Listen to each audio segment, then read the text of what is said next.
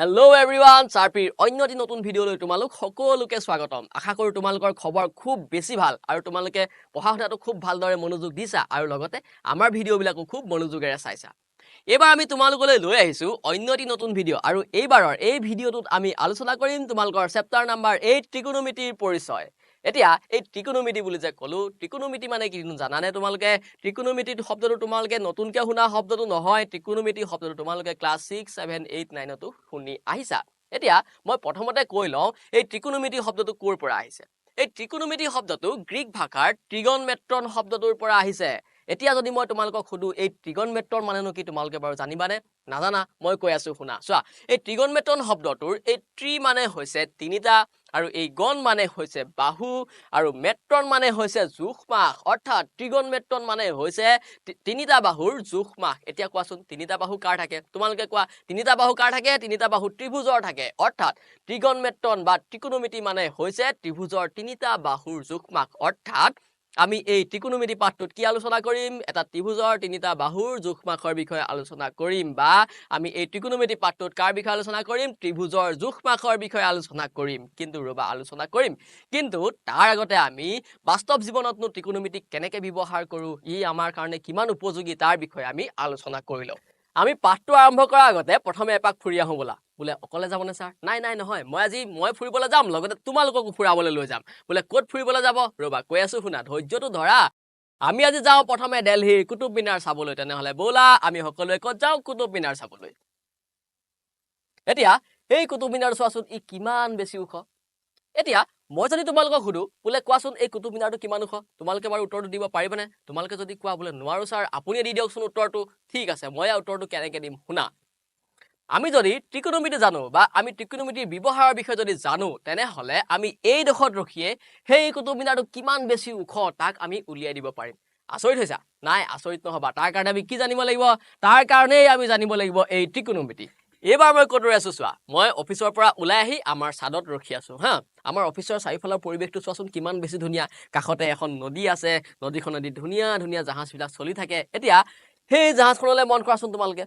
এতিয়া মই ৰখি থকা জেগাৰ পৰা সেই জাহাজখনলৈ দূৰত্ব কিমান? তোমালোকক যদি সুধো তোমালোকে ক'ব পাৰিবানে? তোমালোকে ক'বা বোলে নোৱাৰো। কিন্তু মই ইয়াৰ উত্তৰ কেনেকৈ দিম? আকৌ ক'ম যে আমি যদি ত্ৰিকোণমিতি জানো, তেনেহলে আমি এই ৰৈ থকা জেগাৰ পৰা সেই জাহাজখনলৈ দূৰত্ব কিমান তাকো আমি উলিয়াই দিব পাৰিম। আচৰিত নহবা? এইবাৰো আমি ইয়াৰ কাৰণে জানিব লাগিব কি? আমি ইয়াৰ কাৰণে এই ত্ৰিকোণমিতি জানিব লাগিব। চোৱা, আমি যদি ত্ৰিকোণমিতি জানো আমি কিমান কি উলিয়াই দিব পাৰো ন।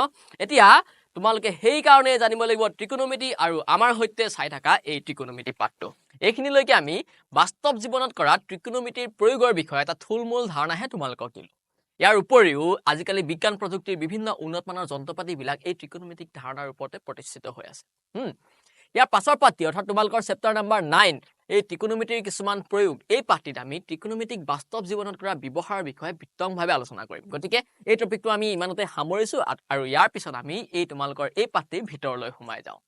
এতিয়া এই পাঠটিৰ প্ৰথম টপিকটো কি তোমালোকে জানানে? এই পাঠটিৰ প্ৰথম টপিকটো হৈছে ত্ৰিকোণমিতিক অনুপাত। এতিয়া এই মই যে ক'লো ত্ৰিকোণমিতিক অনুপাত, এইটোতো তোমালোকে নতুনকৈ শুনা টপিক নহয় ন, ইয়াকো তোমালোকে আগৰ ক্লাছবিলাকত পাই আহিছা। এতিয়া ত্ৰিকোণমিতিক অনুপাতকেইটা কি আছিলে মনত পেলোৱাচোন। ত্ৰিকোণমিতিক অনুপাতকেইটা আছিলে সাইন, কোসাইন, টেনজেন্ট, কোটেনজেন্ট, সেকেন্ড আৰু কোসেকেন্ড। আৰু এই অনুপাতকেইটাক আমি চমুকৈ কেনেকৈ লিখো? এই অনুপাতকেইটাক আমি চমুকৈ সাইন, কস, টেন, কট, সেক, কোসেক হিচাপে লিখো নে? লিখো। আৰু এই অনুপাতসমূহক আমি সমকোণী ত্ৰিভুজৰ ক্ষেত্ৰত বাহু আৰু কোণৰ অনুপাত সাপেক্ষে প্ৰকাশ কৰো। মন দিবা দেই। এতিয়া ধৰি লৈছো এই এ বি চি আমাৰ এটা সমকোণী ত্ৰিভুজ। আৰু এই সমকোণী ত্ৰিভুজটো ধৰি লৈছো যিকোনো এটা সূক্ষ্মকোণ এই থিতাটো। এডাল কি? এডাল হৈছে সমকোণী ত্ৰিভুজটোৰ বেছ বা ভূমি। এডাল কি? এডাল হাইপোটেনিয়াছ বা অতিভুজ। আৰু এডাল কি? ইয়াৰ পাৰপেণ্ডিকুলাৰ বা উন্নতি। এতিয়া আৰু ভালকে মন দিবা, আমি সমকোণী ত্ৰিভুজটোক অলপ আঁতৰাই লওঁ।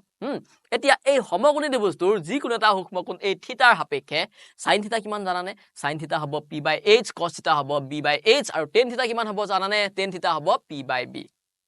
এতিয়া এই সাইন থিতা, কস থিতা আৰু টেন থিতা পোৱাৰ পাছত আমাৰ ইয়াৰ বিপৰীতকেইটা অৰ্থাৎ কট, সেক আৰু কোসেক উলিয়াবলৈ প্ৰব্লেম হ'বনে?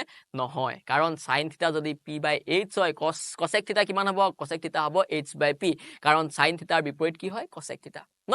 তেনেকৈ কস থিতা যদি b/h হয়, তেনেকৈ কসৰ বিপৰীত কি আছিলে? কসৰ বিপৰীত আছিলে সেক। সেক থিতা কিমান হ'ব? h/b ন। আকৌ মন দিবা, যদি টেন থিতা ইকুৱেল p/b হয়, তাৰ বিপৰীত কি? টেনৰ বিপৰীত হৈছে কট। কট থিতা হ'ব কিমান? b/p। ঠিক আছে ৰবা এইখিনিতে মই তোমালোকক আৰু এটা কথা কৈ থৈ যাওঁ এই তোমালোকৰ এই ত্ৰিকোণমিতিক অনুপাতসমূহত যিকোনো এটা কোণ এই থিটাৰ সাপেক্ষে থকা বাহুবিলাকৰ অনুপাত মনত ৰাখিবলৈ বাৰু কিবা প্ৰব্লেম হয় নেকি যদি কিবা প্ৰব্লেম হয় তেনেহলে মই আছো তোমালোকৰ লগত এতিয়া আৰু ভয় নকৰিবা মই তোমালোকক এতিয়া ইমানেই বেছি ইজি এটা ট্ৰিক দি যাম যোনটো ট্ৰিক তোমালোকৰ পঢ়িবলৈ লাগিব কেৱল 5 সেকেন্ড আৰু মনত ৰাখিবলৈ লাগিব কেৱল 2 মিনিট অৰ্থাৎ এই 2 মিনিট 5 সেকেন্ড সময় খৰচ কৰি যেতিয়া তোমালোকে এই ট্ৰিকটো মনত ৰাখিবা তোমালোকে আৰু গোটেই জীৱন ধৰি এই ত্ৰিকোণমিতিক অনুপাতসমূহ নাপাহৰা এতিয়া তেনেহলে কি কৰিবা তেনেহলে এটা ট্ৰিকটো খুব মনোযোগেৰে চোৱা মই তোমালোকক এটা হাৰি দেখাম চাবা দেই এই হাৰিটো হৈছে কি some people have curly brown hair turn permanently black ঠিক আছে এতিয়া এই হাৰিটোৰ পৰা আমি কি উলিয়াম এই হাৰিটোৰ পৰা আমি এই ত্ৰিকোণমিতিক অনুপাতসমূহত থিটাৰ সাপেক্ষে থকা বাহুবিলাকৰ অনুপাত উলিয়াম ঠিক আছে গতিকে খুব মনোযোগেৰে এটা কি কৰা খুব মনোযোগেৰে আমাৰ ভিডিওটো চাই থাকা এতিয়া তোমালোকে এই some people have এই তিনটা ওয়াৰ্ডলে মন কৰাচোন এই সামৰ পৰা যদি লিখি ললো sin থিটা people have অৰ্থাৎ এই peopleৰ পৰা আনি ললো p আৰু haveৰ পৰা আনি ললো h অৰ্থাৎ আমি sin থিটা কি পালোগে sin থিটা পালোগে p/h বুজি পালানে পালা তেনেকৈ এই কাৰ্লি ব্ৰাউন হেয়াৰ এই তিনটা ওয়াৰ্ডৰ পৰা চোৱাচোন কাৰ্লিৰ পৰা যদি আমি লিখি ললো cos থিটা ব্ৰাউন হেয়াৰৰ পৰা লিখি ললো b/h পাৰিম নে পাৰিম তেনেকৈ থাকিলে কি tan থিটা এই টাৰ্ন পাৰ্মানেন্টলি ব্লেক এই তিনটা ওয়াৰ্ডৰ পৰা চোৱাচোন এই তিনটা ওয়াৰ্ডৰ পৰা টাৰ্নৰ পৰা লিখি ললো tan থিটা পাৰ্মানেন্টলি ব্লেক তাৰ পৰা লিখি ললো p/b অৰ্থাৎ আমি এনেকৈ sin থিটা cos থিটা আৰু tan থিটাৰ কাৰণে পোৱা অনুপাত কিটা মনত ৰাখিব পাৰিম আৰু এই তিনটা অনুপাত মনত ৰখাৰ পাছত আমি cot sec আৰু cosecৰ কাৰণে অনুপাত কিটা মনত ৰাখিবলৈ অলপ অসুবিধা নহয় কাৰণ ইহত কিটা হৈছে sin cos আৰু tanৰ বিপৰীত এই ট্ৰিকটো দি এটা তোমালোকে কি কৰিব পাৰিবা এই ট্ৰিকটো দি তোমালোকে এই ত্ৰিকোণমিতিক অনুপাতসমূহ অতি সহজে মনত ৰাখিব পাৰিবা